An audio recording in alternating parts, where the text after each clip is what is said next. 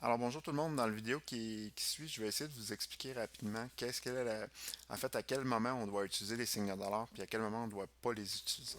Donc pour faire le premier exemple avec les signes de dollar, en fait ce que je vais faire c'est que je vais vous expliquer le scénario de départ. Donc on va simplement faire une table de multiplication simple. Donc on va faire la valeur 10, 11, 12 et 13. Puis ici je vais mettre la même chose, donc je vais mettre 10, 11, 12 et 13. Donc, j'ai mes j'ai mes valeurs, mes quatre valeurs ici qu'on va essayer de multiplier par ces valeurs-là. Puis à ce moment-là, on va voir que, on va regarder comment tout ça réagit.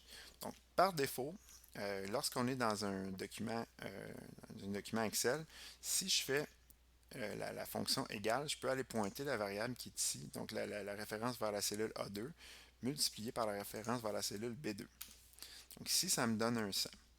Euh, on voyait aussi que généralement, je peux utiliser la poignée de recopie, puis ça va me permettre d'accélérer le traitement lorsqu'on va vers la droite.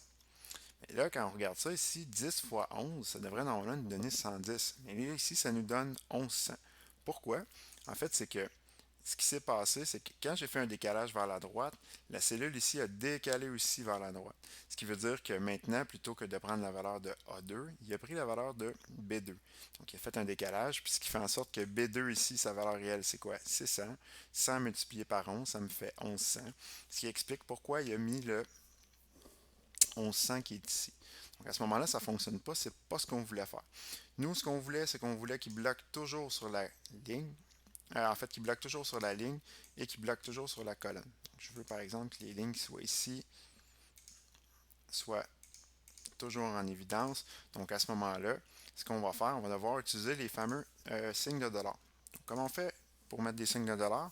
En fait, c'est simple, c'est que quand je vais mettre un petit peu en plus gros ici, quand je veux empêcher Excel de changer soit une ligne, en fait ici une colonne ou une ligne, ou l'inverse, je vais devoir lui dire automatiquement de mettre un signe de dollar devant la colonne ou devant la ligne.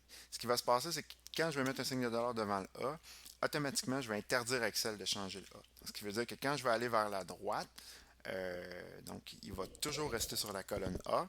Donc le A ne changera jamais. Mais si je vais vers le haut, étant donné que le 2 ici n'a pas de signe de dollar devant, ou le petit, si on veut, l'espèce de poteau pour le bloquer n'est pas présent, donc à ce moment-là, il va pouvoir, si je change de ligne, changer le 2 pour un 3, le 3 pour un 4, et ainsi de suite. Dans certains cas, on va voir qu'on va avoir besoin de garder un signe de dollar pour bloquer, l'empêcher de changer la colonne et l'empêcher de changer la ligne. Dans le cas qui est ici, on veut simplement toujours rester dans la colonne A, mais changer pour la ligne 2, 3, 4 et 5.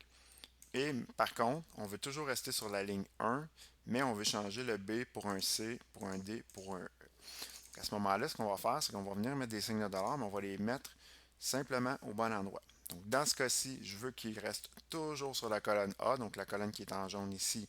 Donc j'ai mis un signe de dollar devant. Je veux que quand je vais aller vers le bas, qu'il me change le 2 pour un 3, le 3 pour un 4 et le 4 pour un 5. Donc je ne lui mets pas de signe de dollar devant. Puis à l'inverse, ici, dans celle-là, on va vouloir qu'il reste toujours sur la ligne 1. Donc à ce moment-là, on va y bloquer la ligne 1. Je lui interdis de changer la ligne.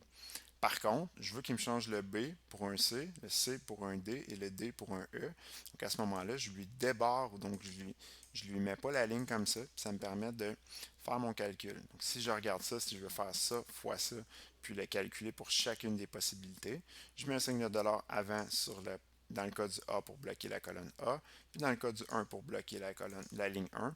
Puis à ce moment-là, on va voir que le calcul se fait automatiquement. Et voilà.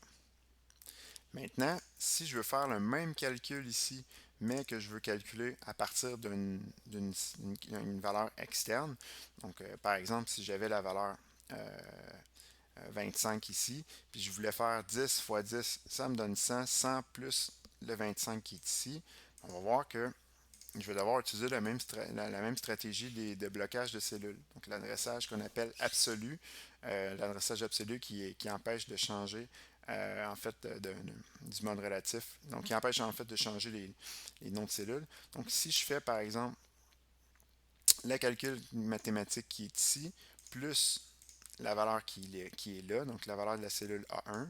Si je ne mets pas la valeur de la cellule, donc si je ne bloque pas rien ici au niveau de ma cellule, quand je vais aller vers la droite, ça va me donner une erreur parce que le B1, le A1 va être devenu un B1 parce que le A, je lui ai permis de changer, donc le A est devenu un B.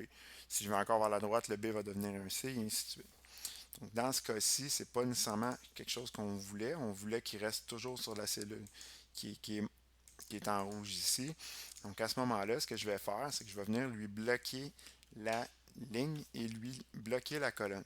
Je vais bloquer le A et je vais lui bloquer le 1. C'est-à-dire que peu importe si je me déplace vers la droite ou si je me déplace vers le bas, la colonne A1 va toujours rester figée dans mon, euh, en fait, dans mon classeur. Donc, je vais toujours avoir la même valeur, ça ne changera jamais. Pourquoi? Parce que je lui ai interdit de changer le A, puis je lui ai interdit de changer le 1. Donc, à ce moment-là, si je vais vers la droite, j'ai toujours ma valeur plus 25. Puis si je vais vers là-bas, ça fonctionne.